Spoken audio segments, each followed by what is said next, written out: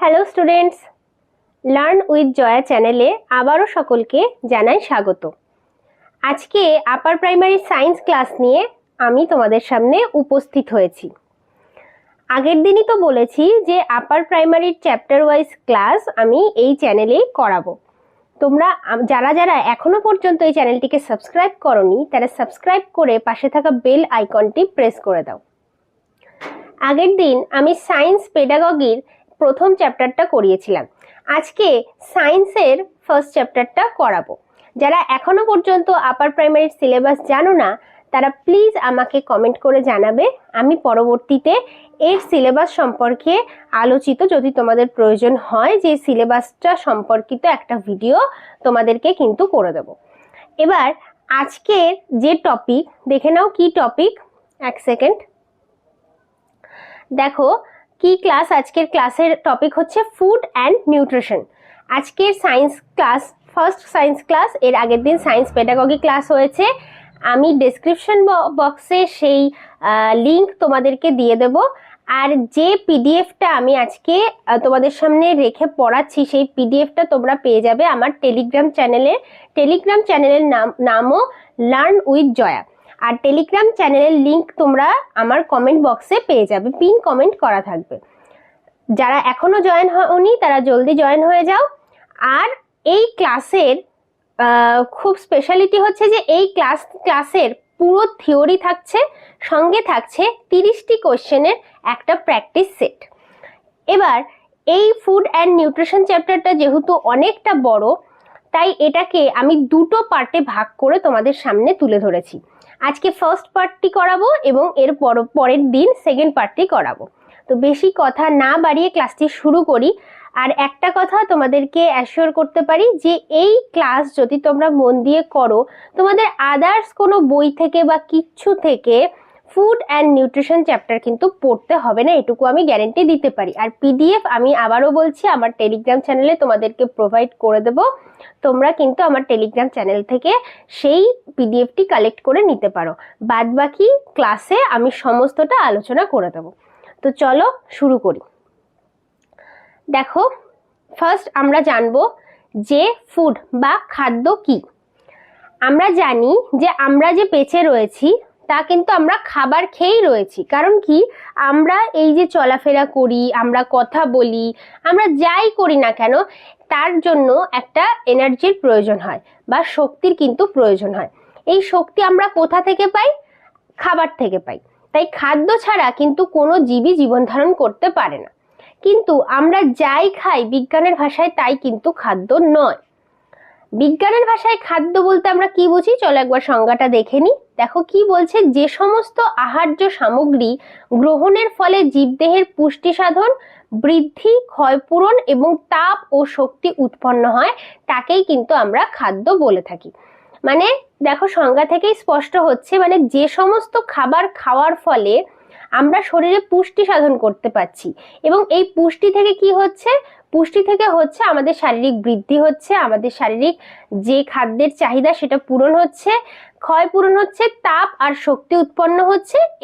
এই যে প্রসেসগুলো হচ্ছে যে খাবারের মাধ্যমে সেটাই অ্যাকচুয়ালি খাদ্য। বিজ্ঞানের ভাষায় কিন্তু আমরা বিরিয়ানি খেলাম বা আমরা রাস্তার ধারে স্ট্রিট ফুড খেলাম সবই কিন্তু খাবার নয়। কারণ বিজ্ঞান বলছে যে খাবারগুলোর দ্বারা আমরা পুষ্টি সাধন করছি, যার ফলে আমাদের বৃদ্ধি হচ্ছে, ক্ষয়পূরণ হচ্ছে, যে শরীরের যে সমস্ত চাহিদাগুলো সেগুলো পূরণ হচ্ছে, সেটাই কিন্তু খাদ্য। তা আশা করি খাদ্য কি সেটা তোমাদেরকে ক্লিয়ারলি বোঝাতে পেরেছি। তো চলো নেক্সট পার্টে যাই। দেখো খাদ্যের প্রধান বৈশিষ্ট্য ও কাজ। খাদ্যের প্রধান বৈশিষ্ট্যগুলো কি কি? প্রথম হচ্ছে শক্তি উৎপাদন, দ্বিতীয় হচ্ছে দেহ গঠন ও বৃদ্ধি, আর তৃতীয় হচ্ছে রোগ প্রতিরোধ। দেখো শক্তি উৎপাদন কি করে, আমরা যে কার্বোহাইড্রেট এবং স্নেহ জাতীয় খাদ্য শরীরকে যে খাই সেটা কি করে, শরীরকে কার্যক্ষম রাখার শক্তি প্রদান করে। এবার কার্বোহাইড্রেট আর স্নেহ জাতীয় স্নেহ পদার্থ মানে কি বলতো, ফ্যাট।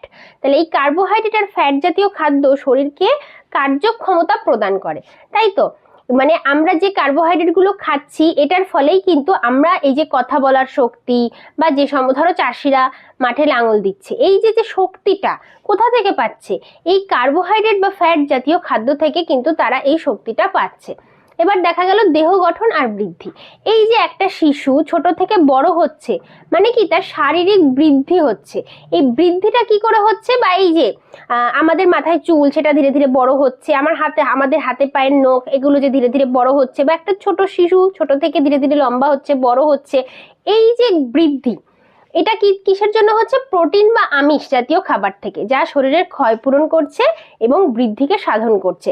এবার দেখো একটা শরীর যখন ছোট থেকে বড় হচ্ছে তাহলে তো তার ক্ষয় পূরণের জন্য খাবারের প্রয়োজন, তাই তো? এই যে এই ক্ষয় পূরণটা করছে কে? প্রোটিন বা আমিষ জাতীয় খাদ্য। এবার কি বলেছে? রোগ প্রতিরোধ। এবার দেখো আমরা যে আমাদের যে বিভিন্ন রোগ হয়, যে কোনো রোগ, সেই রোগ যখন আমরা দুর্বল হয়ে পড়ি রোগ হওয়ার ফলে, তারপরে নির্দিষ্ট কিছু খাবারের ফলে আমরা সেই যে ক্ষয়টাকে পূরণ করতে পারি, সেই যে রোগ থেকে যে আমরা উদ্ধার হচ্ছি, দুর্বলতাটাকে থেকে যে আবার নতুন করে শক্তি পাচ্ছি, সেটা কোন ধরনের খাবারের জন্য? সেটা ভিটামিন বা খনিজ উপাদানের জন্য। তাহলে এই ভিটামিন বা খনিজ উপাদান কি করছে? শরীরকে বিভিন্ন রোগের হাত থেকে রক্ষা করছে, বা রোগ হলেও সেটাকে রিকভারি করতে সাহায্য করছে। তো বোঝা গেল যে খাদ্যের প্রধান বৈশিষ্ট্যগুলো কি কি। চলো নেক্সট দেখো কি বলছে। পুষ্টি। পুষ্টি কি? সাধারণভাবে পুষ্টি বলতে আমরা উন্নত গুণসম্পন্ন খাদ্য গ্রহণের মাধ্যমে স্বাস্থ্য রক্ষাকে বুঝে থাকি। কি পুষ্টি কি? ওই যে বললাম, আমরা রাস্তার ধারে হাবিজাবি খেলাম, চপ খেলাম, সিঙ্গারা খেলাম বা বিরিয়ানি খেলাম, তাতে কিন্তু আমাদের পুষ্টি হয়ে যাচ্ছে না। পুষ্টির জন্য নির্দিষ্ট কিছু উন্নত গুণসম্পন্ন খাদ্য গ্রহণ করছে, যা খাদ্য গ্রহণ করার প্রয়োজন হচ্ছে, যা কিনা আমাদের শরীরকে এবং আমাদের স্বাস্থ্যকে সঠিকভাবে মেনটেন করছে। এটাই হলো পুষ্টি। আসলে পুষ্টি হলো একটি জৈব রাসায়নিক প্রক্রিয়া। তাহলে এটা কিন্তু কোশ্চেন আসতে পারে যে পুষ্টি কি ধরনের প্রক্রিয়া। এই যে এই লাইনটা কিন্তু ভেরি ভেরি ইম্পর্টেন্ট, যে পুষ্টি কি ধরনের প্রক্রিয়া। যদি প্রশ্ন আসে পুষ্টি কি ধরনের প্রক্রিয়া, তাহলে এর উত্তর হবে পুষ্টি হলো এক ধরনের জৈব রাসায়নিক প্রক্রিয়া। পুষ্টি প্রক্রিয়া সম্পন্ন হওয়ার মাধ্যমে খাদ্য দেহের চাহিদা পূরণ করে। এবার দেখো সংজ্ঞা কি বলছে পুষ্টি। যে জৈব রাসায়নিক প্রক্রিয়ায় খাদ্যদ্রব্য আহারের পর হজম হয়ে রক্তের মাধ্যমে প্রবাহিত ও শোষিত হয়ে দেহের প্রয়োজনীয় চাহিদা পূরণ করতে পারে তাকে বলা হয় পুষ্টি। যে জৈব রাসায়নিক প্রক্রিয়ায় খাদ্যদ্রব্য আহারের পরে, মানে আমরা যে খাবার গ্রহণ করছি, খাচ্ছি, আহারের পর মানে খাচ্ছি, তা হজম হয়ে কি হচ্ছে? রক্তের মাধ্যমে প্রবাহিত হচ্ছে এবং শরীরের যেখানে যেখানে চাহিদা মেটানোর প্রয়োজন সেই সমস্ত জায়গায় শোষিত হয়ে তার প্রয়োজনীয় চাহিদাগুলোকে পূরণ করছে।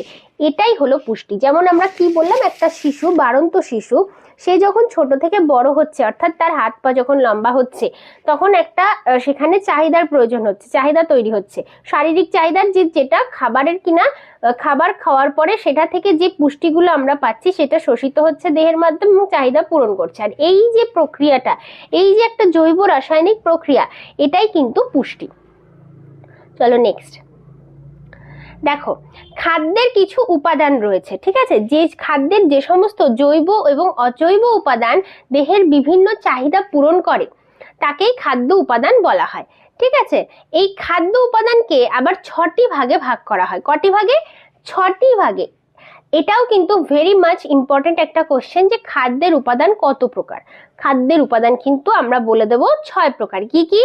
প্রথম হচ্ছে আমিষ বা প্রোটিন, দ্বিতীয় হচ্ছে শর্করা বা কার্বোহাইড্রেট, তৃতীয় হচ্ছে স্নেহ পদার্থ বা ফ্যাট, চতুর্থ হচ্ছে ভিটামিন, পঞ্চম হচ্ছে খনিজ লবণ বা মিনারেল, আর ষষ্ঠ হচ্ছে জল। ভেরি ইম্পর্টেন্ট, জল। তা খাদ্যের উপাদানকে কটি ভাগে ভাগ করা হয়? দুটি ভাগে।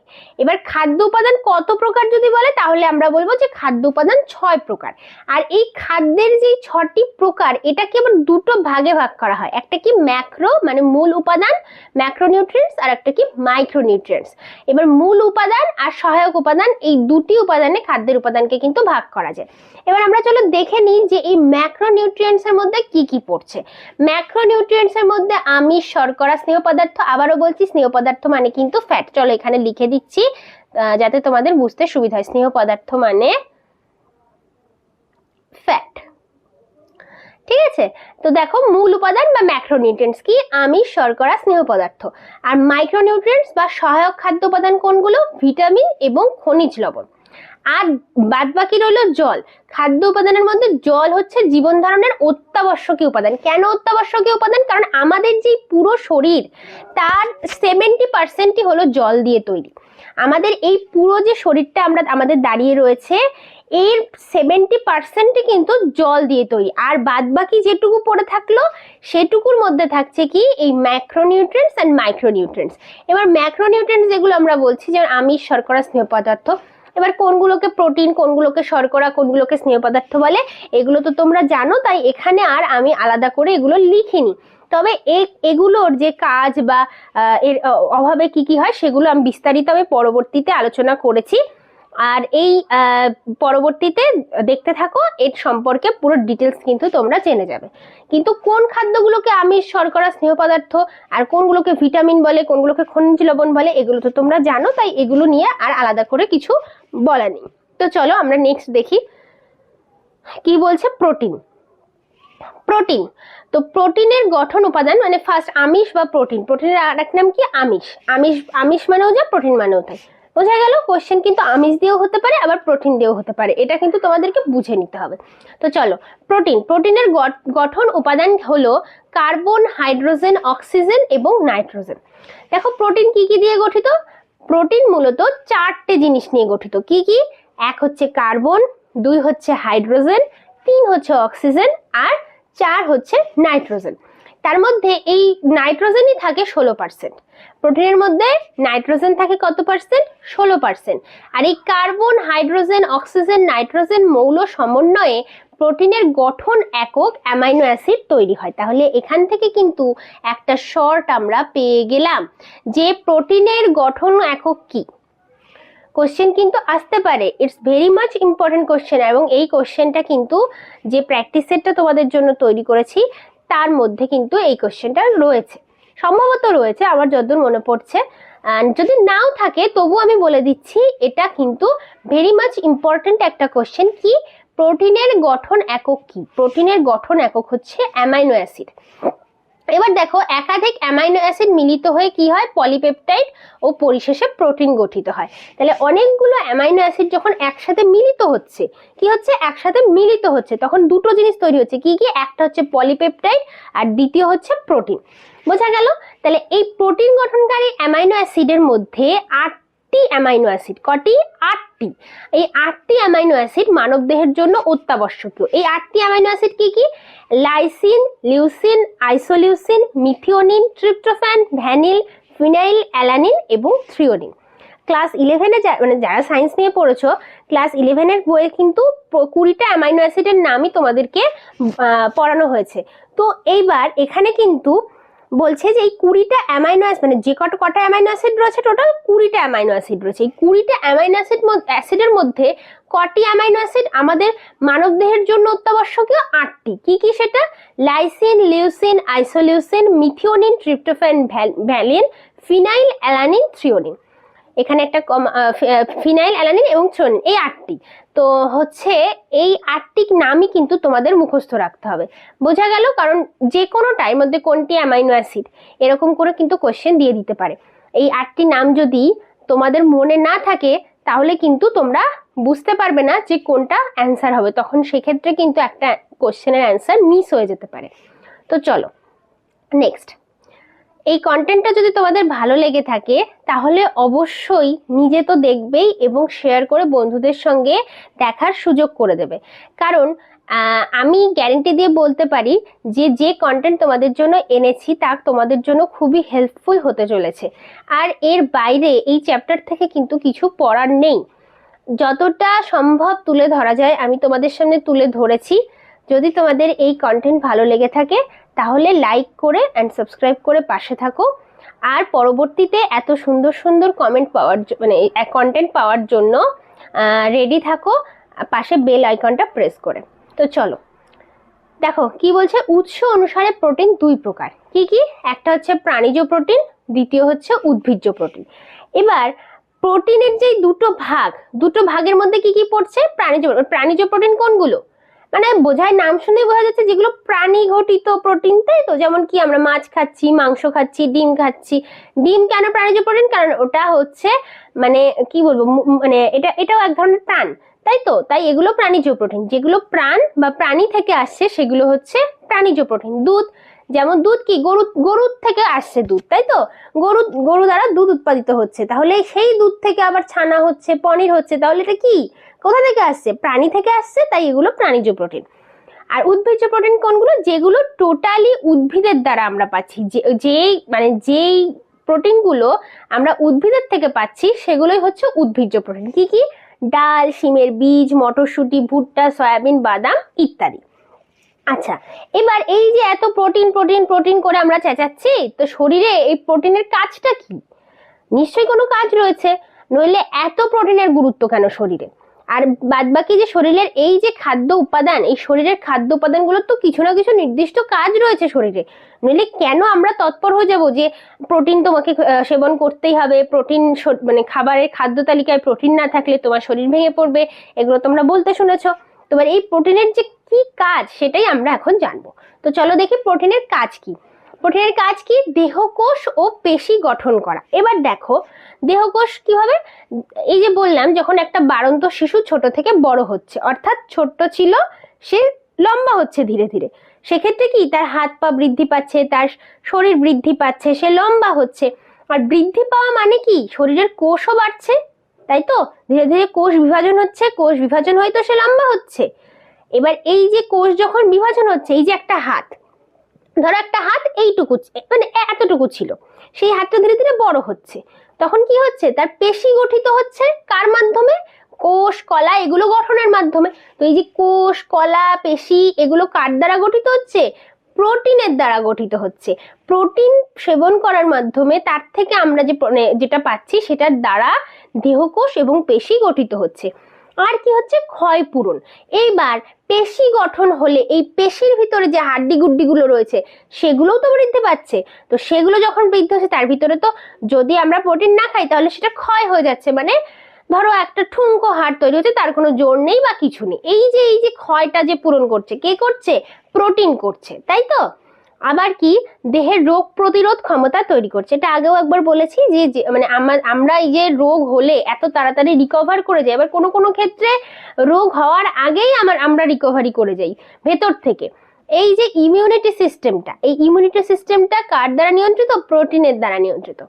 আচ্ছা, তারপরে দৈহিক এডিমা থেকে রক্ষা করা। এবার দেখো প্রাপ্তবয়স্কদের জন্য দৈনিক প্রোটিনের চাহিদা কত হওয়া উচিত?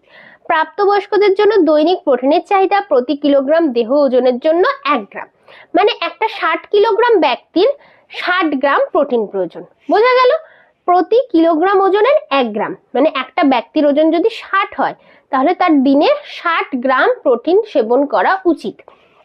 যদি এটা শিশুদের ক্ষেত্রে হয়, কারণ ওদের বাড়ন্ত শরীর, আর প্রাপ্তবয়স্কদের তো বাড়তি শরীরের কোনো ব্যাপার নেই, তারা বেশি খেয়ে ফেললে তখন মোটা হয়ে যাবে। এইবার দেখো যা শিশুদের ক্ষেত্রে 2 থেকে 3 গ্রাম, কারণ শিশুদের যেহেতু বাড়তি শরীর তাই বাড়তি চাহিদা, তখন সেক্ষেত্রে 2 থেকে 3 গ্রাম, মানে প্রতি কিলোগ্রামের জন্য 2 থেকে 3 গ্রাম। গর্ভবতী বা স্তনদানকারী মায়েদের ক্ষেত্রে তা হওয়া উচিত 6 থেকে 7 গ্রাম। কেন? কারণ এই গর্ভবতী বা স্তনদানকারী মায়েরা শুধুমাত্র যে নিজেদের শরীরের চাহিদা মেটাচ্ছে তা নয়, সে কিন্তু তার সাথে সাথে তার শিশুর শরীরেরও প্রোটিনের চাহিদা পূরণ করছে। তাই জন্য তাদের কিন্তু সব থেকে বেশি পরিমাণ প্রোটিনের চাহিদা প্রয়োজন। এমনকি প্রোটিন কেন, যে কোনো খাদ্য উপাদান তাদের একটু বেশি প্রয়োজন হয়, কারণ তারা নিজের শরীরের সাথে সাথে তার শিশুর শরীরের চাহিদাও কিন্তু পূরণ করছে। তাই সেক্ষেত্রে প্রোটিনের চাহিদা কত হওয়া উচিত? 6 থেকে 7 গ্রাম। তো চলো আমরা সামনের দিকে এগোই। এবার কি আসছে প্রোটিনের পরে? শর্করা বা কার্বোহাইড্রেট। দেখো শর্করা হলো মানবদেহের কর্মশক্তি ও তাপশক্তির প্রধান উৎস। কি? কর্মশক্তি ও তাপশক্তির প্রধান উৎস, এবং মানুষের প্রধান খাদ্য হলো শর্করা, তাই তো?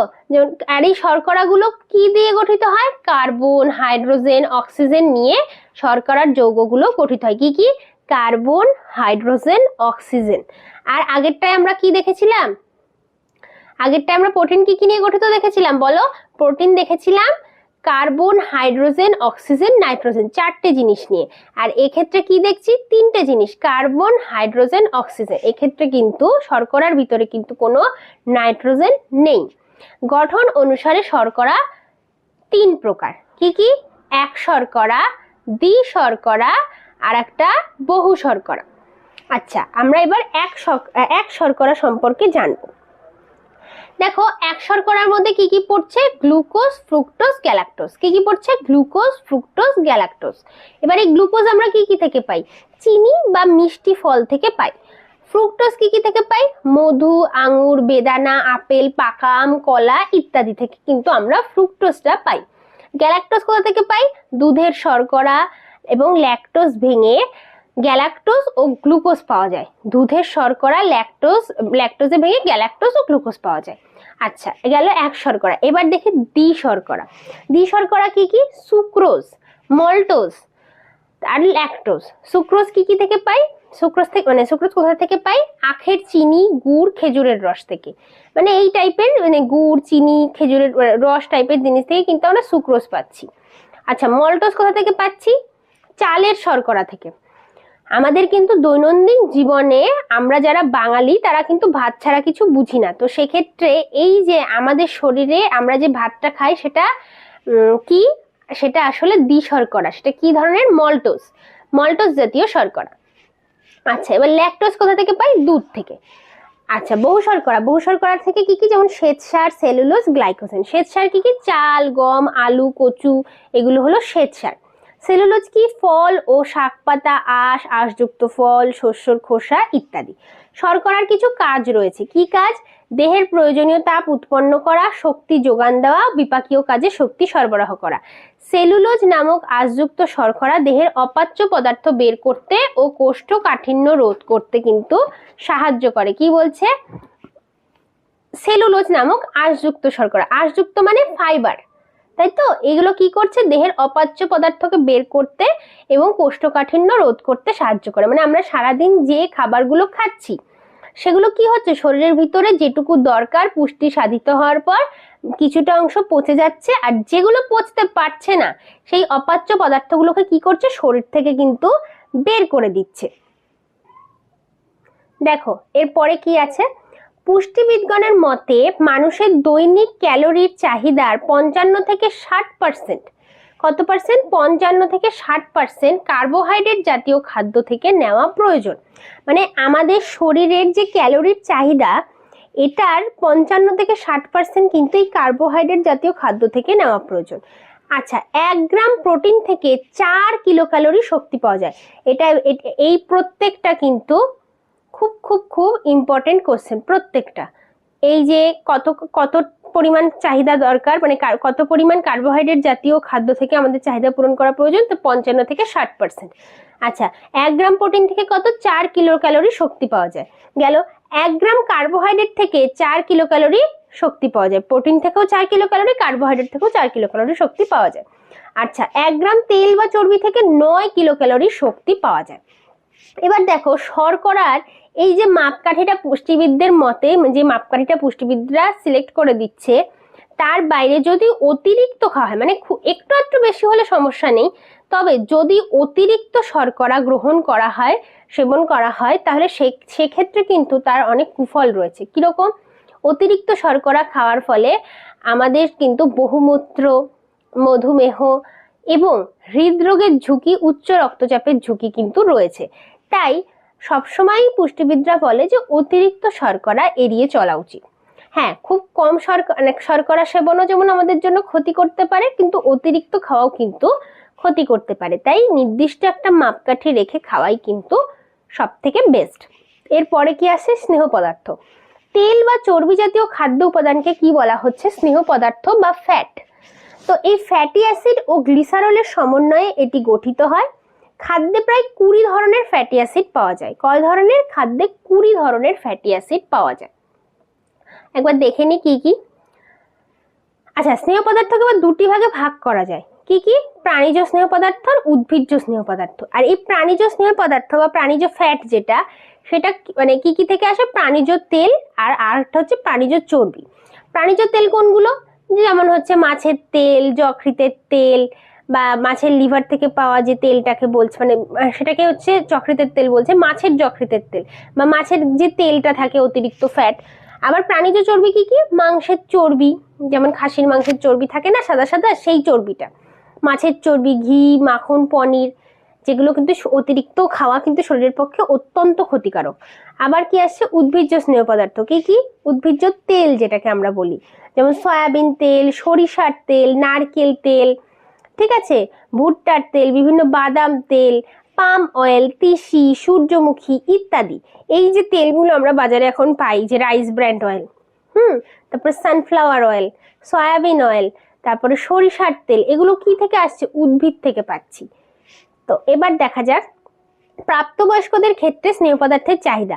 প্রাপ্তবয়স্কদের ক্ষেত্রে দৈনিক চাহিদা 10% থেকে 15% ক্যালোরি স্নেহ পদার্থ থেকে পূরণ করা উচিত।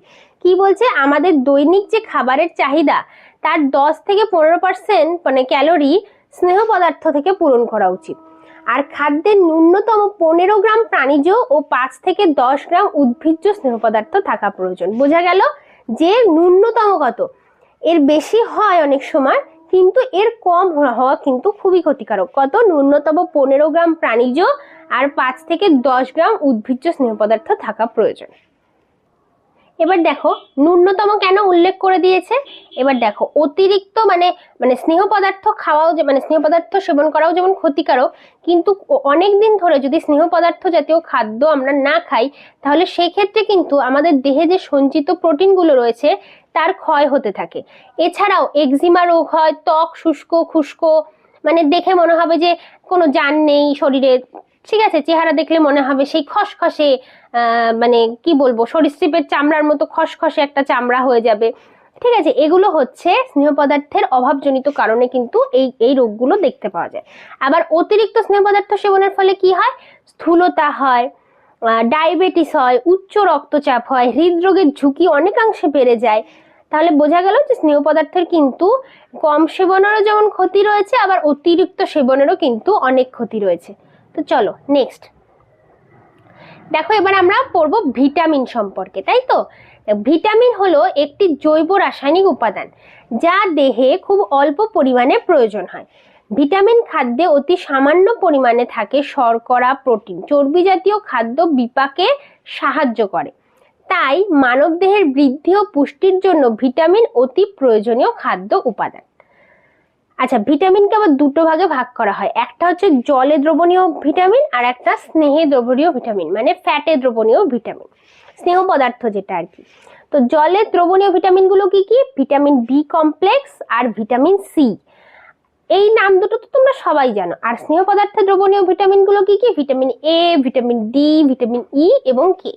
এবার আমি তোমাদেরকে ভিটামিনের একটা মানে কোন ভিটামিনের অভাবে কি কি রোগ হয় সেটা একটা তালিকা তৈরি করেছি, সেটা একবার দেখে নাও। চলো ঝট করে দেখে নিই যে ভিটামিন এ এর অভাবে কি কি রোগ হয়। ভিটামিন এ এর অভাবে রাতকানা রোগ হয়, চামড়ার স্বাস্থ্য নষ্ট হয়, মুখগহ্বর, গলা ও জিহ্বা খরখরে হয়, বিভিন্ন জীবাণু দ্বারা আক্রান্ত হওয়ার কিন্তু চান্স থাকে এই ভিটামিন এ এর অভাবে। এই যে অনেকে বলেন না যে রাতে চোখে দেখতে পায় না, তাদের কিন্তু বোঝা যায় যে ভিটামিন এ এর ঘাটতি, সেক্ষেত্রে এই রোগটাকে বলা হয় রাতকানা রোগ। আচ্ছা, ভিটামিন ডি এর অভাবে কি হয়? হাড়ের স্বাভাবিক বৃদ্ধি ব্যাহত হয়, মানে যতটা বৃদ্ধি হওয়ার দরকার ঠিক ততটা হচ্ছে না, ফলে কি হচ্ছে? হাড় নরম হয়ে যাচ্ছে, বিকৃত হয়ে পড়ছে। যেমন আমরা রিকেট রোগের ক্ষেত্রে দেখি কি হাড়টা অনেক সময় বেঁকে যাচ্ছে। কেন বেঁকে যাচ্ছে জানো তো? যখন শরীরে ভিটামিন ডি এর একটা ঘাটতি তৈরি হয়ে যাচ্ছে, তখন তার মানে যতটা বৃদ্ধি হওয়ার কথা সেটা হচ্ছে না, তখন কি হচ্ছে? হাড়টা নরম হয়ে যাচ্ছে, বৃদ্ধি না হওয়ার ফলে কি হচ্ছে? ও কিন্তু দুমড়ে যাচ্ছে, হাড়টা কি করছে? যেহেতু নরম হয়ে যাচ্ছে, দুমড়ে মুচড়ে যাচ্ছে, মানে হাড়ের যেটা সঠিক মানে যেটা সোজা হওয়ার কথা সেটা হয়ে যাচ্ছে বেঁকে যাচ্ছে, বিকৃত হয়ে পড়ছে। আর এটাই হচ্ছে, এই রোগটার নামই হচ্ছে রিকেট রোগ। এবার রিকেট রোগ কোন ভিটামিনের অভাবে হয়? ভিটামিন ডি এর অভাবে হয়। আর ভিটামিন ই এর অভাবে কি হচ্ছে? চুল ও চামড়ার স্বাস্থ্য নষ্ট হয়, অকালে চুল পড়ে যায়। ভিটামিন ই এর অভাবে কি হচ্ছে? চুল, মানে এই যে আমাদের যে হেলদি চুল কে নিয়ন্ত্রণ করছে? Vitamin E. যে মানে যার ভিটামিন ই এর চাহিদা মানে কি বলবো সঠিকভাবে পূরণ হবে, তার চুল এবং চামড়া খুব সুন্দর হবে। আর অনেকের এই যে দেখি না অকালে চুল পড়ে যায়, টাক হয়ে যাচ্ছে, এটা মানে কোন ভিটামিনের অভাবে হচ্ছে? শরীরে ভিটামিন ই এর যখন ঘাটতি হয়ে যায় তখন অকালে চুল পড়ে যায়। ভিটামিন কে এর অভাবে কি হচ্ছে? সহজে রক্ত জমাট বাঁধে না। ভিটামিন কে অভাব থাকলে শরীরে কিন্তু রক্ত জমাট বাঁধতে পারে না। এবার দেখো ভিটামিন বি1 বা থায়ামিনের অভাবে কি রোগ হয়? বেরি রোগ হয়। রোগের শুরুতে দুর্বলতা দেখা দেয়, মানসিক ক্লান্তি, অবসাদ এবং খাওয়ার অরুচি হয়। এটাই হচ্ছে বেরি রোগ। ভিটামিন বি2 বা রিবোফ্ল্যাক্সিনের অভাবে দেহের বৃদ্ধি বাধাপ্রাপ্ত হয়। ঠোঁটের কোনা, মুখের চারিদিক ফেটে যায়, ঘা হয়। এই যে ঠোঁটের কোনা অনেক সময় দেখা যায় অনেকে ফেটে ফেটে গেছে, এখান দিয়ে একটা ঘা মতন হয়ে গেছে, একটা ইনফেকশন মতন হয়ে গেছে, এটাকে বলছে ভিটামিন বি2 এর অভাবে হচ্ছে। হ্যাঁ, ভিটামিন বি2 এর অপর নাম কি? রিবোফ্লাভিন। কি বলছে? রিবোফ্লাভিন। ঠিক আছে, এর অভাবে দেহের বৃদ্ধি, এর অভাবেও কিন্তু দেহের বৃদ্ধি বাধাপ্রাপ্ত হয়। চলো নেক্সট, ভিটামিন বি5। ভিটামিন বি5 এর অপর নাম কি? নিয়াসিন। এর অভাবে কি হচ্ছে? এর অভাবে স্নায়ুতন্ত্র ও পৌষ্টিকতন্ত্রের স্বাভাবিক কাজ ব্যাহত হয় এবং পেলেগ্রা রোগ দেখা দেয়। কি রোগ? পেলেগ্রা রোগ দেখা যায়। আর এছাড়াও কি হচ্ছে? স্নায়ুতন্ত্র আর পৌষ্টিকতন্ত্রের স্বাভাবিক কাজ, মানে একটা স্নায়ুতন্ত্র যেটা সঠিকভাবে কাজ করার দরকার, যেভাবে ব্রেনটা চালনা করার দরকার সেটা করতে পারছে না, সঠিকভাবে কাজ করছে না, তখন কি বোঝা যাবে যে এটা ভিটামিন বি5 বা নিয়াসিনের অভাবে হচ্ছে। ভিটামিন বি6 বা পিরিডক্সিনের অভাবে কি হচ্ছে? অরুচি, বমিভাব, রক্ত শূন্যতা বা অ্যানিমিয়া। আর ভিটামিন বি12 এর অভাবে কিন্তু গুরুতর রক্তাল্পতা দেখা যায়।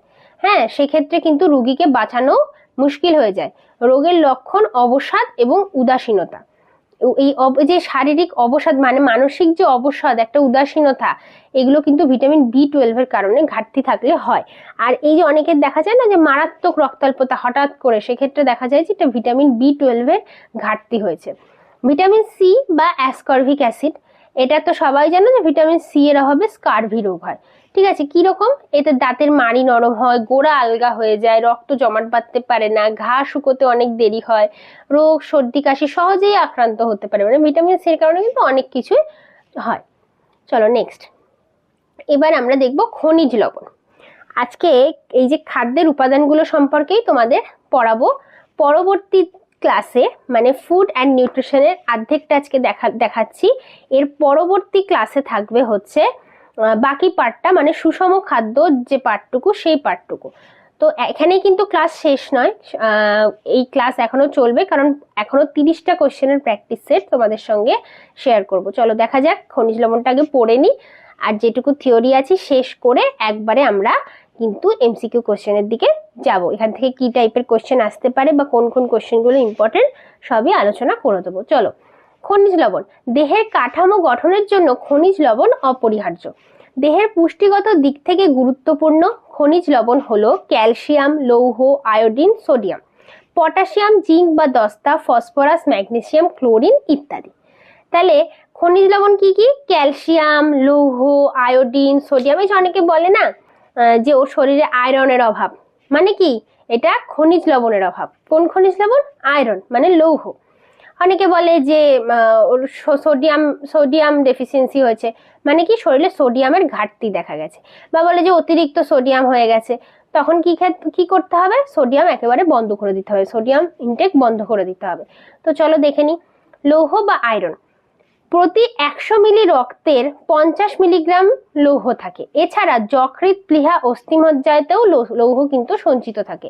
একজন পূর্ণবয়স্ক ব্যক্তির দেহে বিদ্যমান 3 থেকে 4 গ্রাম লৌহের 4 ভাগের 3 ভাগই রক্তে থাকে। কি বলছে? একজন পূর্ণবয়স্ক ব্যক্তির দেহের বিদ্যমান 3 থেকে 4 গ্রাম লৌহের 4 ভাগের 3 ভাগই কোথায় থাকছে? রক্তে দেখা যাচ্ছে। এবার লৌহ রক্তের লোহিত কণিকা বা হিমোগ্লোবিন তৈরি করে। লৌহের কাজ কি? দেহে রক্তের লোহিত রক্তকণিকা বা হিমোগ্লোবিন তৈরি করে এবং রক্তে অক্সিজেন বহন করে। এই যে রক্তের ভিতর তো অক্সিজেন চালিত হচ্ছে, এটা কে করছে? আয়রন কি করছে? রক্তে অক্সিজেন বহন করে নিয়ে যাচ্ছে। লৌহের অভাবে কি হচ্ছে? রক্তাল্পতা, রক্ত শূন্যতা, এনিমিয়া ইত্যাদি দেখতে পাওয়া যায়। আচ্ছা, প্রাপ্তবয়স্কদের ক্ষেত্রে 10 মিলিগ্রাম, কিশোরীদের ক্ষেত্রে 12 থেকে 15 মিলিগ্রাম, আর শিশুদের ক্ষেত্রে 10 মিলিগ্রাম প্রয়োজন। কি প্রয়োজন? শরীরের লৌহের চাহিদা। প্রাপ্তবয়স্কদের ক্ষেত্রে কত? 10 মিলিগ্রাম। কিশোরীদের ক্ষেত্রে এটি কত? 12 থেকে 15 মিলিগ্রাম। আর শিশুদের ক্ষেত্রে কি? 10 মিলিগ্রাম লৌহের প্রয়োজন। আচ্ছা, ক্যালসিয়াম।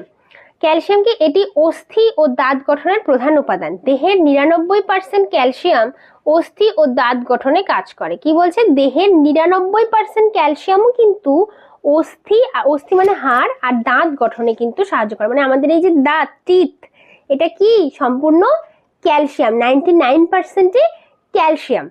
দেহ ওজনের 2% ক্যালসিয়াম থাকে, মানে আমাদের দেহের যে ওজন তার 2% থাকে ক্যালসিয়াম। এই যে নখ, অস্থি মানে হাড়গুলো, এগুলো কি থেকে কি দিয়ে তৈরি হচ্ছে? পুরোপুরি ক্যালসিয়াম দিয়ে তৈরি হচ্ছে। আচ্ছা, এর অভাবে কি হচ্ছে? রিকেট রোগ হয়, বয়স্ক মহিলাদের অস্টিওমালাইসিস রোগ হয়, এর অভাবে দাঁত উঠতে দেরি হয়। যে সমস্ত বাচ্চাদের দেখা যায় না দাঁত অনেক দেরিতে উঠছে, সেক্ষেত্রে বুঝতে হবে যে তার ক্যালসিয়ামের ঘাটতি রয়েছে শরীরে। আর প্রাপ্তবয়স্কদের চাহিদা কত? 1 গ্রাম। আর বাড়ন্ত শিশুদের ক্ষেত্রে এর চাহিদা কত? 0.5 to 1.5 গ্রাম। গর্ভবতী মহিলাদের ক্ষেত্রে সব জিনিস একটু বেশি, কারণ আগেও বলেছি সে নিজের সাথে সাথে নিজের শিশুরও চাহিদা, শারীরিক চাহিদা পূরণ করছে। যেমন এটা তার জন্য গর্ভবতী মহিলাদের ক্ষেত্রে কত পরিমাণ ক্যালসিয়ামের প্রয়োজন? 1 থেকে 1.5 গ্রাম। এবার যাচ্ছি ফসফরাস। আচ্ছা, পরিমাণের দিক থেকে খনিজ লবণগুলির মধ্যে দেহে ক্যালসিয়ামের পরই ফসফরাসের অবস্থান। মানে পরিমাণগত দিক থেকে কি বলছে? পরিমাণগত দিক থেকে খনিজ লবণগুলির মধ্যে ক্যালসিয়ামের পরই ফসফরাসের অবস্থান। অস্থি ও দাঁত গঠনে ফসফরাস ক্যালসিয়ামের সাথে কাজ করে। এই যে আমাদের যে দাঁত, অস্থি এগুলো গঠন হচ্ছে, ক্যালসিয়ামের সঙ্গে কে থাকছে? ফসফরাস থাকছে। ফসফরাসের অভাবেও তাহলে সেই সেম রোগগুলোই হবে। কি কি? রিকেট রোগ, হাড় আর দাঁতের ক্ষয়। প্রাপ্তবয়স্কদের ক্ষেত্রে 10 গ্রাম, শিশু ও বাড়ন্তদের ক্ষেত্রে 0.5 থেকে 1.5 গ্রাম ফসফরাস প্রয়োজন। ক্লাসটা ভালো লাগলে কিন্তু অবশ্যই লাইক, কমেন্ট, শেয়ার করে পাশে থেকো, কারণ তোমাদের এক একটা লাইকের জন্য আমি আরো বেশি ইন্সপায়ার হব পরবর্তীতে আরো সুন্দর, আরো গুছিয়ে ক্লাস আনার জন্য। আর ক্লাসটা যদি তোমাদের একটুও ভালো লেগে থাকে, প্লিজ কমেন্ট করে আমাকে জানিও যে তোমাদের কেমন লেগেছে। আচ্ছা, আয়োডিন। দেহের 65% আয়োডিন থাইরয়েড গ্রন্থি থেকে থাইরক্সিন নামক হরমোন তৈরি করতে ব্যবহৃত হয়। এর অভাবে কি হচ্ছে? আয়োডিনের অভাবে শারীরিক বৃদ্ধি ব্যাহত হয়, শিশু খর্বাকার হয়। দেখো, শরীরে যদি আয়োডিনের ঘাটতি থাকে তাহলে শিশু কিন্তু বাড়তে পারে না, তখন বেটে প্রকৃতির হয়ে যায়, তার গঠনটা কি হয়ে যায়? বেটে প্রকৃতির। এটাকেই বলছে যে খর্বাকার হয়। আচ্ছা, শিশু অবস্থা থেকেই বুদ্ধি বিকাশ বাধাপ্রাপ্ত হয়। আর তার যে সঠিক বুদ্ধি বা বিকাশ, এটা কিন্তু আয়োডিনের অভাব থাকলে সম্ভব নয়।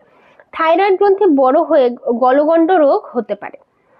হ্যাঁ, আমরা জানি যে থাইরয়েড মানে গ্রন্থি যদি বড় হয়ে যায় তাহলে সেক্ষেত্রে এই যে গলার এই জায়গাটা ফুলে যায়, এই রোগটাকে কি বলছে? এই রোগটাকে বলছে গলগণ্ড রোগ। প্রাপ্তবয়স্কদের 100 থেকে 140 মাইক্রোগ্রাম চাহিদা, শিশুদের ক্ষেত্রে 60 থেকে 100 মাইক্রোগ্রাম, গর্ভবতী ও প্রসূতি মায়েদের ক্ষেত্রে 125 থেকে 150 মাইক্রোগ্রাম আয়োডিন প্রয়োজন হয়। বোঝা গেল? মানে তাহলে ভাবো, যেখানে প্রাপ্তবয়স্কদের থেকে 100 থেকে 140, শিশুদের 60 থেকে 100, সেখানে গর্ভবতীদের কত? 125 থেকে 150 মাইক্রোগ্রাম আয়োডিনের প্রয়োজন হয়। তো চলো, হ্যাঁ, তাহলে এই অবধি ছিল আমাদের থিওরি, যেটুকু আলোচনা করার। এটা পার্ট 1, এটা হলো পার্ট 1। এর পরের দিন আমি পার্ট 2 ক্লাস নিয়ে আসবো। পরের দিন বলতে 2-3 দিন বাদে আমি কিন্তু পার্ট 2 ক্লাস নিয়ে আসবো। তো চলো, এর থেকে কি কি কোশ্চেন আমরা মানে পড়তে পারি বা আসন্ন কি কি কোশ্চেন রয়েছে সেগুলো একটু আলোচনা করে দেব। দেখো, খাদ্যের সাধারণ কাজ হলো, কোশ্চেনটা কি বলেছে পড়ি। খাদ্যের সাধারণ কাজ হলো দেহের গঠন, বৃদ্ধি ও ক্ষয়পূরণ। আচ্ছা, 2 নম্বরে কি বলেছে? তাপ ও শক্তি উৎপাদন। আচ্ছা, 3 নম্বরে কি বলেছে? রোগ প্রতিরোধ। তাহলে আমরা যা দেখতে পাচ্ছি, আমরা খাবার খাই, যে আমরা প্রথম দিকেই যখন পড়লাম যে খাদ্য খাওয়ার ফলে আমাদের কি কি হচ্ছে, কি কি লাভ হচ্ছে, তখন আমরা দেখেছি যে খাদ্য খেলে আমাদের দেহের গঠন হচ্ছে, হ্যাঁ হচ্ছে, বৃদ্ধি হচ্ছে, ক্ষয়পূরণ হচ্ছে, হ্যাঁ, দেহে তাপ ও শক্তি উৎপাদন হচ্ছে, হ্যাঁ এটাও সঠিক, রোগ প্রতিরোধ হচ্ছে, মানে তিনটেই কিন্তু সঠিক হচ্ছে, এই তিনটেই কিন্তু সঠিক হচ্ছে। তাহলে এখানে দেখো 3টে অপশনই আছে, কোথায়? অপশন বি তে 1, 2, 3, 3টে অপশনই কিন্তু সঠিক হয়ে যাবে। তাহলে এখানে option B is the right answer. চলো নেক্সট, কোনটি খাদ্য নয়? এটা আমরা প্রথমেই পড়েছি, আমরা যা কিছু খাই তাই খাদ্য নয়, তাই তো? কারণ কি, যে খাবারগুলোর মাধ্যমে আমাদের শরীরের পুষ্টি হচ্ছে, বৃদ্ধি হচ্ছে, ক্ষয়পূরণ হচ্ছে, তাপ শক্তি উৎপাদন হচ্ছে, সেটাই হচ্ছে খাদ্য। তাই আমরা যা খাচ্ছি তাই কিন্তু খাদ্য নয়।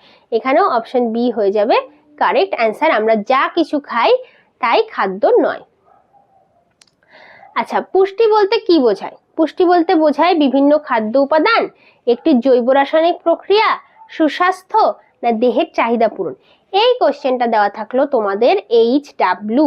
এই কোশ্চেনটা আমি সলভ করে দেব না, কিন্তু এই কোশ্চেনটা কিন্তু আমি প্রথমেই পড়িয়েছি থিওরির। যারা মন দিয়ে ক্লাসটা শুনেছো তারা কিন্তু এর অ্যান্সার করতে পারবে। তাই এই কোশ্চেনটা তোমাদের HW থাকবে। চলো নেক্সট কোশ্চেনের দিকে এগিয়ে যাই। প্রোটিনের গঠন উপাদান কোনগুলো?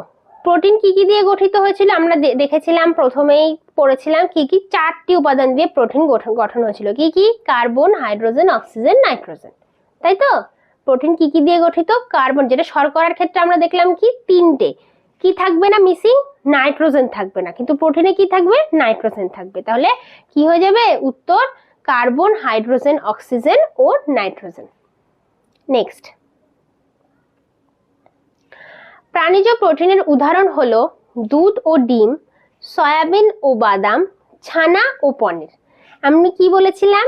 যে খাবারগুলো আমরা প্রাণীর দ্বারা পাচ্ছি, প্রাণী থেকে পাচ্ছি, মানে সেটা প্রাণীজ প্রোটিন।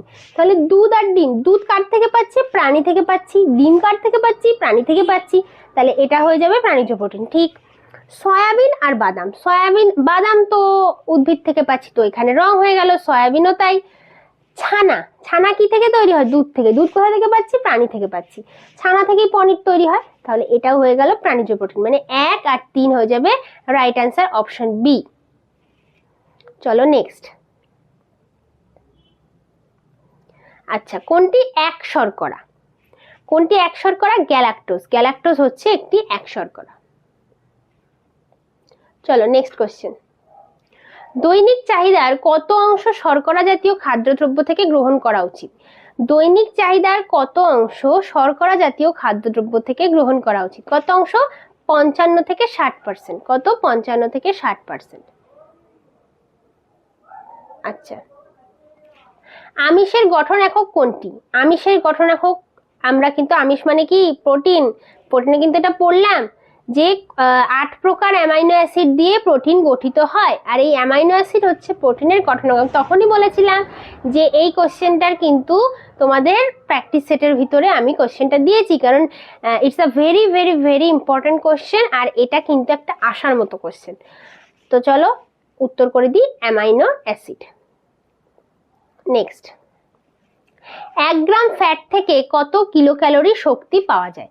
1 গ্রাম ফ্যাট থেকে কত কিলো ক্যালোরি শক্তি পাওয়া যায়? 1 গ্রাম ফ্যাট থেকে 9 কিলো ক্যালোরি শক্তি পাওয়া যায়। 9 নম্বর কোশ্চেন। 10 নম্বর কোশ্চেনে যাচ্ছি। শর্করার সাধারণ সংকেত কি? শর্করার সাধারণ সংকেত কি? শর্করার সাধারণ সংকেত হচ্ছে CnH2nOn। এইটা কিন্তু তোমাদের থিওরিতে ছিল না, কিন্তু আমি এখন তোমাদেরকে করিয়ে দিলাম। এটাও কিন্তু একটা আসার মতো কোশ্চেন। CnH2nOn হলো শর্করার সাধারণ সংকেত। চলো নেক্সট। একজন পূর্ণবয়স্ক সুস্থ মানুষের প্রতিদিন কত কিলো ক্যালোরি শক্তির প্রয়োজন হয়? একজন পূর্ণবয়স্ক সুস্থ মানুষের প্রতিদিন কত কিলো ক্যালোরি শক্তির প্রয়োজন হয়? 3000 কিলো ক্যালোরি শক্তির প্রয়োজন হয়। নেক্সট, প্রোটিনের মনোমার ড্যাশ বন্ধনের মাধ্যমে যুক্ত হয়? কোন বন্ধনের মাধ্যমে প্রোটিনের মনোমার যুক্ত হয়? পেপটাইড বন্ধনের মাধ্যমে।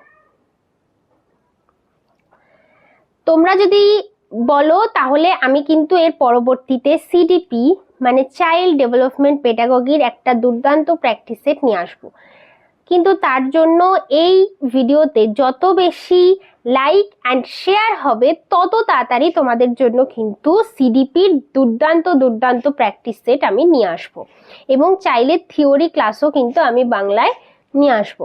তাই যদি তোমাদের এই টাইপের খুব মানে সুন্দর এরকম করে থিওরি দিয়ে প্র্যাকটিস সেট দিয়ে সিডিপি ক্লাস চাই, তাহলে তোমরা অবশ্যই অবশ্যই অবশ্যই কমেন্ট করো এবং বেশি বেশি করে এই ভিডিওটা লাইক অ্যান্ড শেয়ার করো।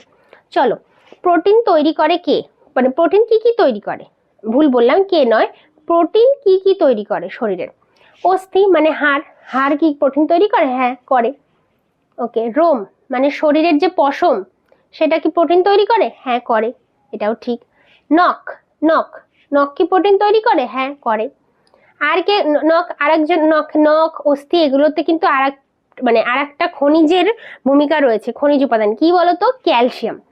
তো এক্ষেত্রে কি এটা প্রোটিনেরও দরকার রয়েছে এগুলো তৈরিতে, তাহলে এক্ষেত্রে সবকটি হবে ঠিক, অপশন ডি হয়ে যাবে কারেক্ট অ্যান্সার। নেক্সট, কোনটি অপরিহার্য অ্যামাইনো অ্যাসিড নয়? কোন অ্যামাইনো অ্যাসিডটি অপরিহার্য অ্যামাইনো অ্যাসিড নয়? মানে আমি কেন বললাম এটা, আমাদের দেহের যে সমস্ত অ্যামাইনো অ্যাসিড, 8খানা অ্যামাইনো অ্যাসিড আমাদের কিন্তু দেহে অপরিহার্য, এই জন্যই আমি বলেছিলাম ওই 8টি নাম কিন্তু তোমাদের অবশ্যই মুখস্থ করতে হবে, কারণ 20টা অ্যামাইনো অ্যাসিড রয়েছে, 20টা অ্যামাইনো অ্যাসিডের মধ্যে দেহে, মানব দেহের অপরিহার্য অ্যামাইনো অ্যাসিড কটি? 8টি। এই 8টি নাম মনে রাখলে তবেই কিন্তু এই টাইপের কোশ্চেনগুলো তোমরা সলভ করতে পারবে। তাহলে এক্ষেত্রে অপশন বি মানে সেরিন হয়ে যাবে কারেক্ট অ্যান্সার, এটি কিন্তু অপরিহার্য অ্যামাইনো অ্যাসিড নয়। 1 গ্রাম ফ্যাট থেকে কত পরিমাণ শক্তি পাওয়া যায়? 1 গ্রাম ফ্যাট থেকে 9.3 কিলোক্যালোরি শক্তি পাওয়া যায়। দেখো, শর্করা ও প্রোটিন, শর্করা ও প্রোটিন এটা কি কি ধরনের উপাদান? ম্যাক্রো না মাইক্রো না দুটোই না কোনোটিই নয়? দুটোই। শর্করা আর প্রোটিন কি ম্যাক্রো আর মাইক্রো দুটোই, সরি মাইক্রো আর ম্যাক্রো দুটোই, তাহলে দুটোই হয়ে যাবে কারেক্ট অ্যান্সার। দুধ কি? দুধ second class protein, first class protein, fourth class protein নাকি থার্ড ক্লাস প্রোটিন? দুধ হলো ফার্স্ট ক্লাস প্রোটিন, মানে option B is the correct answer.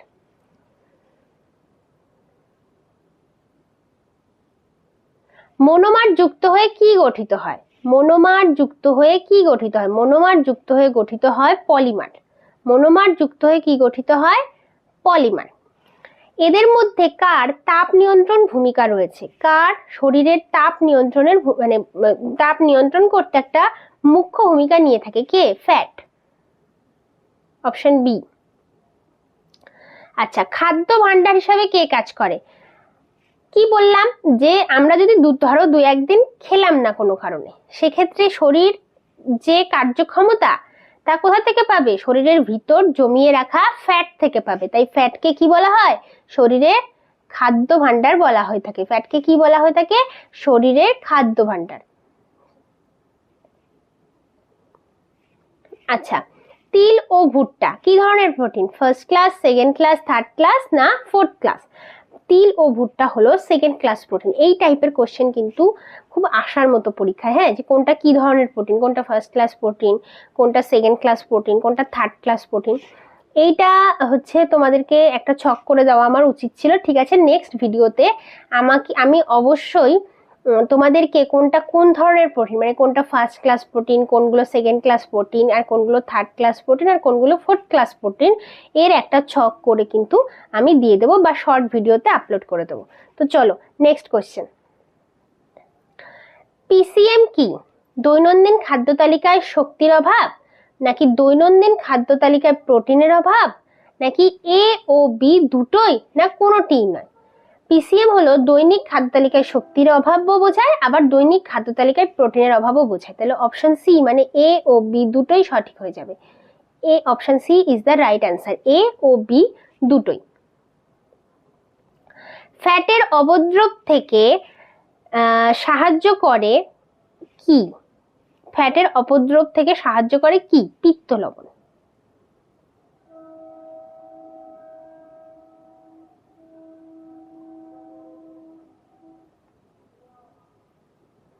Vitamin কোন ধরনের পদার্থ? ভিটামিন কোন ধরনের পদার্থ? ভিটামিন হলো একটি জৈব রাসায়নিক পদার্থ। রাতকানা রোগ প্রতিরোধ করে কোন ভিটামিন? এটা তো খুব সহজ, ভিটামিন এ হয়ে যাবে। এটা সহজ হলেও কিন্তু এই কোশ্চেনটা আসে। সব কোশ্চেনই যে পরীক্ষায় কঠিন আসে তা তো নয়, কিছু কোশ্চেন আসে যে কোশ্চেনের অ্যান্সারগুলো সবাই করতে পারে, কিছু কোশ্চেন আসে যে কোশ্চেনের অ্যান্সারগুলো আর একটু যারা বেশি পড়াশোনা করে তারা করতে পারে, মানে একটু মডারেট লেভেলের কোশ্চেন আসে। আর একটু হাই লেভেলের কোশ্চেন আসছে যেগুলো কি যারা থিওরিটাকে খুব ভালো করে পড়বে তারাই পারবে, যেমন কোনটা ফার্স্ট ক্লাস প্রোটিন, কোনটা সেকেন্ড ক্লাস প্রোটিন, কোনটা অপরিহার্য উপাদান নয়, অ্যামাইনো অ্যাসিড নয়, কোনটা অপরিহার্য অ্যামাইনো অ্যাসিড, এই টাইপের কোশ্চেনগুলো কি যারা থিওরিটাকে সুন্দর মতো পড়বে তারাই পারবে। আর যার জন্যই কিন্তু চ্যাপ্টার ওয়াইজ থিওরি ক্লাস আনা। আশা করছি এই ক্লাসটা কিন্তু তোমাদের খুবই খুবই উপকার করবে। তো চলো নেক্সট কোশ্চেনের দিকে এগিয়ে যাই। ভিটামিন B2 বা রিবোফ্ল্যাভিনের অভাবে কি হয়? ভিটামিন B2, এটাও কিন্তু আমি একটা ছক করে দিয়ে দিয়েছি যে কোন ভিটামিনের অভাবে কি কি রোগ হয়। তো যাদের এখনো পর্যন্ত এটা মনে থাকে না, ওই তালিকাটা তোমরা কিন্তু একটু দেখে নেবে, তাহলেই কিন্তু ক্লিয়ার হয়ে যাবে। ভিটামিন B2 বা রিবোফ্ল্যাভিনের অভাবে ঠোঁটের কোণে এবং জিহ্বায় ঘা হয়। নেক্সট, ভিটামিন কে আবিষ্কার করেছিলেন? কোন বিজ্ঞানী ভিটামিন আবিষ্কার করেছিলেন? বিজ্ঞানী ফ্রাঙ্ক। কোন বিজ্ঞানী ভিটামিন আবিষ্কার করেছিলেন? বিজ্ঞানী ফ্রাঙ্ক। এটাও কিন্তু ইম্পর্টেন্ট কোশ্চেন, এটা থিওরিতে ছিল না, কিন্তু যেহেতু ইম্পর্টেন্ট কোশ্চেন আমি কোশ্চেনের মাধ্যমে তোমাদেরকে দিয়ে দিয়েছি। নিম্নলিখিত ভিটামিনের মধ্যে কোনটি মানুষের দেহে সংশ্লেষিত হয়? কোনটি মানুষের দেহে সংশ্লেষিত হয়? Vitamin D. আচ্ছা, নেক্সট কোশ্চেন। জলে দ্রবণীয় ভিটামিন কোনগুলো? জলে দ্রবণীয় ভিটামিন কি কি বলেছে? থায়ামিন, ভিটামিন কে না ভিটামিন সি? নিচের কোনটি সঠিক? থায়ামিন তো জলে দ্রবণীয় ভিটামিন অবশ্যই, ভিটামিন কে জলে দ্রবণীয় নয়, ভিটামিন সি আবার জলে দ্রবণীয়। তাহলে 1 আর 3 হয়ে যাবে রাইট অ্যান্সার। আজকে লাস্ট অ্যান্ড ফাইনাল কোশ্চেন কি? কোন ভিটামিন তাপে নষ্ট হয়ে যায়? Vitamin C. ভিটামিন সি কিন্তু তাপে নষ্ট হয়ে যায়। অতিরিক্ত তাপে ভিটামিন সি এর কার্যক্ষমতা হারিয়ে যায়, সেক্ষেত্রে ভিটামিন সি কিন্তু শরীরের কোনো কাজ করে না। তো এই ছিল আজকের কন্টেন্ট আর আজকের ক্লাস। আশা করি তোমাদের সকলের ক্লাসটি খুব ভালো লেগেছে। আর এই রকম ক্লাস আরও পেতে চাইলে অবশ্যই অবশ্যই অবশ্যই ভিডিওটা লাইক অ্যান্ড সাবস্ক্রাইব করে পাশে থেকো। আর পরবর্তীতে আমি চেষ্টা করব যে আরও এরকম টাইপের ক্লাস আরও বেশি আনার।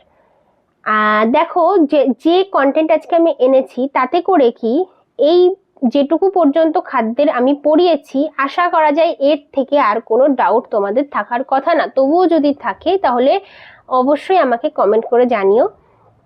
আর এর পরবর্তী পার্টটুকু কিন্তু আমি পরের ক্লাসে অবশ্যই আনবো। তো সকলে ভালো থেকো, সুস্থ থাকো আর লার্ন উইথ জয়ের সঙ্গে ক্লাস দেখতে থাকো। তো আজকে এই অবধি, গুড নাইট।